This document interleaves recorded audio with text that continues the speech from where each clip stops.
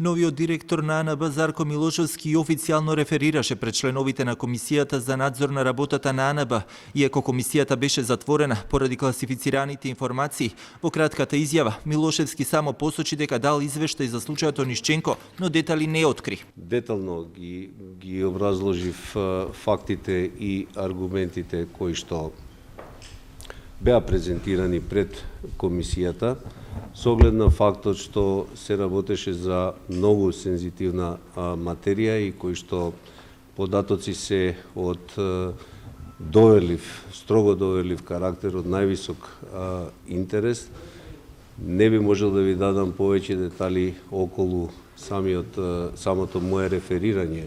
Поради барањето за затвореност на седницата, не можеше да ги сподели информациите од комисијата, но ќе бидат доставени до владата. Само кратко информираше дека станува збор за системски пропусти. Ве споделивме дека имаат определени системски проблеми. Владата би сподели со тоа што го поништува државјанството и таа признава дека има определени системски проблеми. Затоа ви кажав дека колку ќе се сподели од јавноста, одлучува оној кој што ја креира информацијата и кој што ја класифицира информацијата. Јас не ја класифицирам информацијата.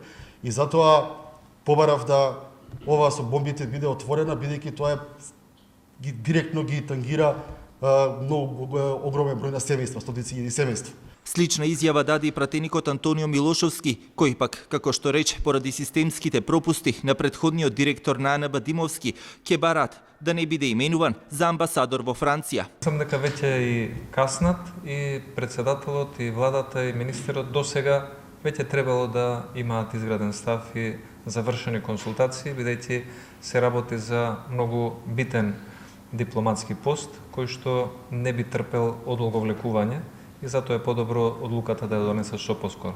Поради барањето затворена да биде и седницата за дојава за лажните бомби, председателот Пренчов ја прекина истата со објаснување дека граѓаните треба да бидат информирани.